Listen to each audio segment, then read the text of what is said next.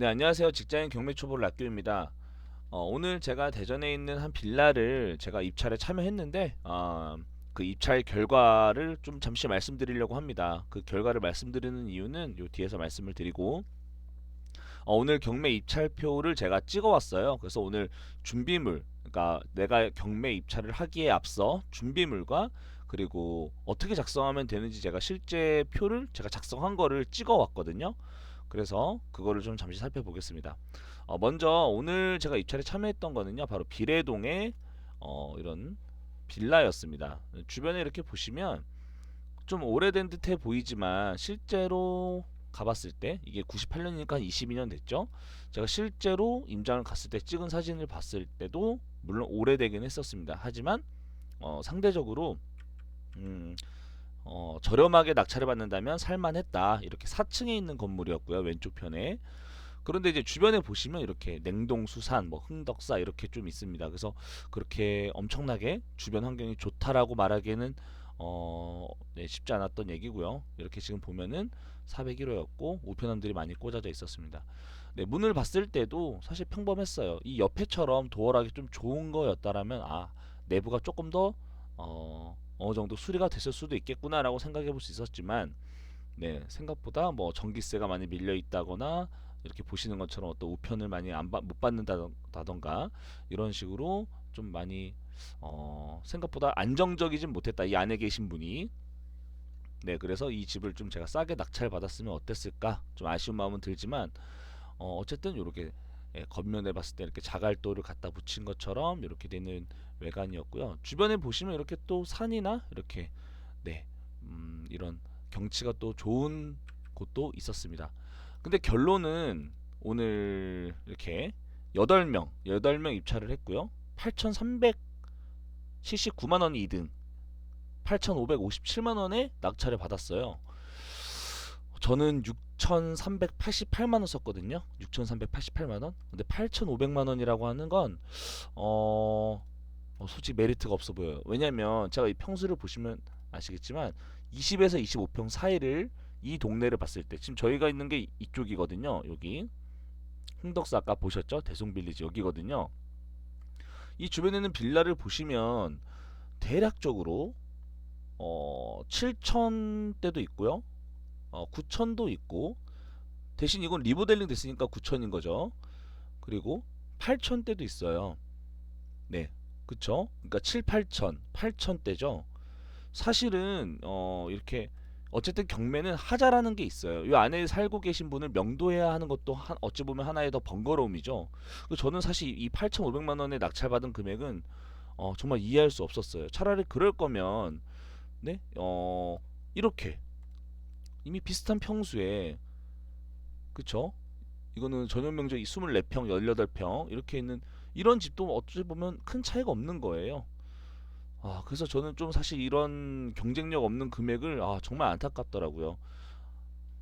네, 어쨌든 오늘은 제가 거의 뭐 꼴찌 수준에서 음, 입찰에 응했는데 어쨌든 8,500 경쟁 뭐 그렇게 뭐 아쉽지 않다. 이 금액엔 저는 사지 않을 것 같아요. 자, 오늘 그러면 메인으로 제가 오늘 입찰했던 입찰표에 대해서 좀 살펴보겠습니다. 먼저 이렇게 오늘 날짜를 잘 쓰셔야 돼요. 그리고 나서 사건 번호를 쓰셔야 돼요. 자, 오늘 2019 타경 13834 13834 쓰고 제 이름 쓰고요. 전화번호 쓰고요. 주민번호. 대전은 또 도로명으로 쓰라고 합니다. 그래서 도로명 주소를 쓰고 도장 빵빵 두 개 찍고요.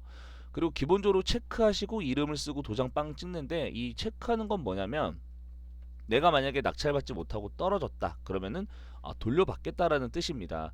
근데 이거를 미리 찍고 제출하게 되면 그냥 나중에 신분증 보여주고 돈을 돌려받으면 되는데 이게 만약에 작성되어 있지 않으면 또 도장 꺼내서 사인하고 체크하고 뭐 이름 쓰고 뭐 도장 찍고 하는 번거로움이 있어요. 그러니까 이건 미리 좀 쓰는 게 좋습니다. 자, 오늘 최저가 5,733만 원. 근데 여기는 574만 원이죠. 자, 574만 원 썼죠. 이거 잘 쓰셔야 돼요. 저는 사실 이 입찰 가격 보증 금액 쓸 때가 제일 떨리거든요. 제가 요 전에 리뷰해드렸지만 저희 구독자 분 중에 한 분 제가 이제 러닝메이트로서 가이드 해드리고 좀 도움을 드리고 있는데 그 1등이 4,700만 원을 여기다 쓴 거죠. 보증금액에다 4,700만 원 쓰고 입찰 가격에다 보증금액을 쓴 거예요. 뭐 400만 원 이런 식으로. 그러니까 이제 사실 입찰 가격대로 제대로 썼었으면 그분이 낙찰받는 건데 이제 저희 구독자분이 네, 되게 운이 좋게 낙찰을 받은 케이스였죠. 그래서 입찰 가격을 잘 보시고 보증금액 잘 보시고 쓰셔라. 그리고 입찰 가격이 제일 중요해요. 내가 만약에 6,388만 8,888원을 쓰려고 했는데 잘못 썼다. 6억에 썼다. 그럼 정말 6억에 사실 이 집을 6억에 살 이유가 없잖아요. 그럼 내 보증금액 574만 원 날려버리는 거예요. 그래서 이 기일 입찰표 쓸 때는 다른 것도 다 중요하지만 특히 이 가격 부분은 두 번, 세 번 확인하셔라. 저는 꼭 그렇게 말씀드리고 싶습니다. 특히 이 입찰 가격. 보증금은 잘못 써서 떨어지면 그만인데 내가 공 하나 잘못 쓰면 정말 이 보증금액을 날려버릴 수도 있는 어마무시한 일이 있기 때문에 이 입찰 가격, 예, 꼭 입찰 가격엔 이 단위를 잘 보고 쓰셔야 된다라는 게 네, 제일 포인트입니다. 자, 그리고 다음 장. 네, 그 다음 봉투죠. 이 봉투에 쓸 때도 이건 접어서 이제 큰 봉투에 넣을 거고 이제 여기는 보증 금액을 넣는 봉투예요. 여기 보시면 여기도 2019 타경 13834 쓰시고 여기 이름 쓰시고 도장 찍고 여기 인이라고 써 있어요. 그럼 여기도 도장 찍고 뒷면도 도장.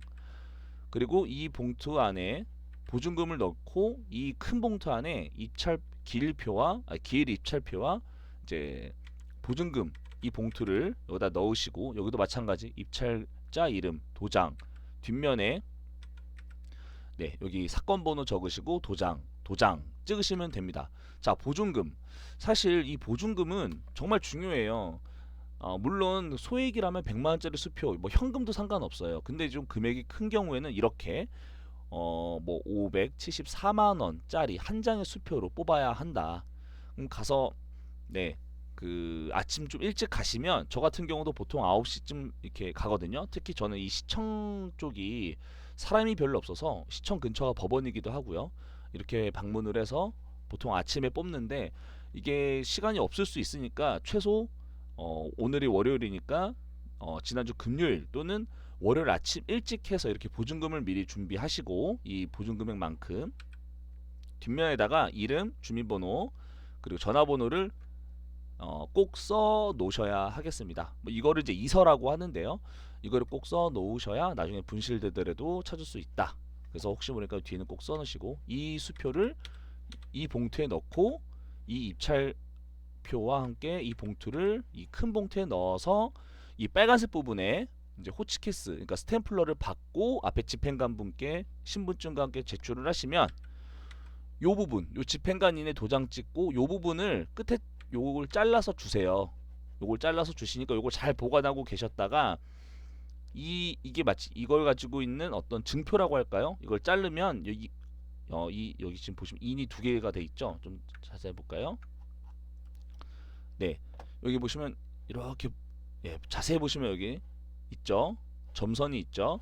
그래서 위에 장을 날 주고 밑에 장을 이제 이제 제출을 하는 건데 내가 만약에 떨어졌건 붙었건 이 입찰표, 이 입찰 봉투가 내 거라는 이 증거 표시, 이 표시가 가장 또 중요한 것 중 하나니까 잘 보관하셔야 됩니다.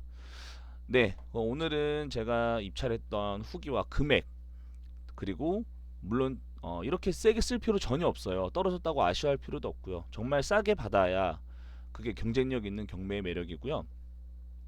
오늘은 이 입찰표 작성 방법과 네, 미리 준비해야 될 사항에 대해서 한번 알아봤습니다. 네, 들어주셔서 감사합니다.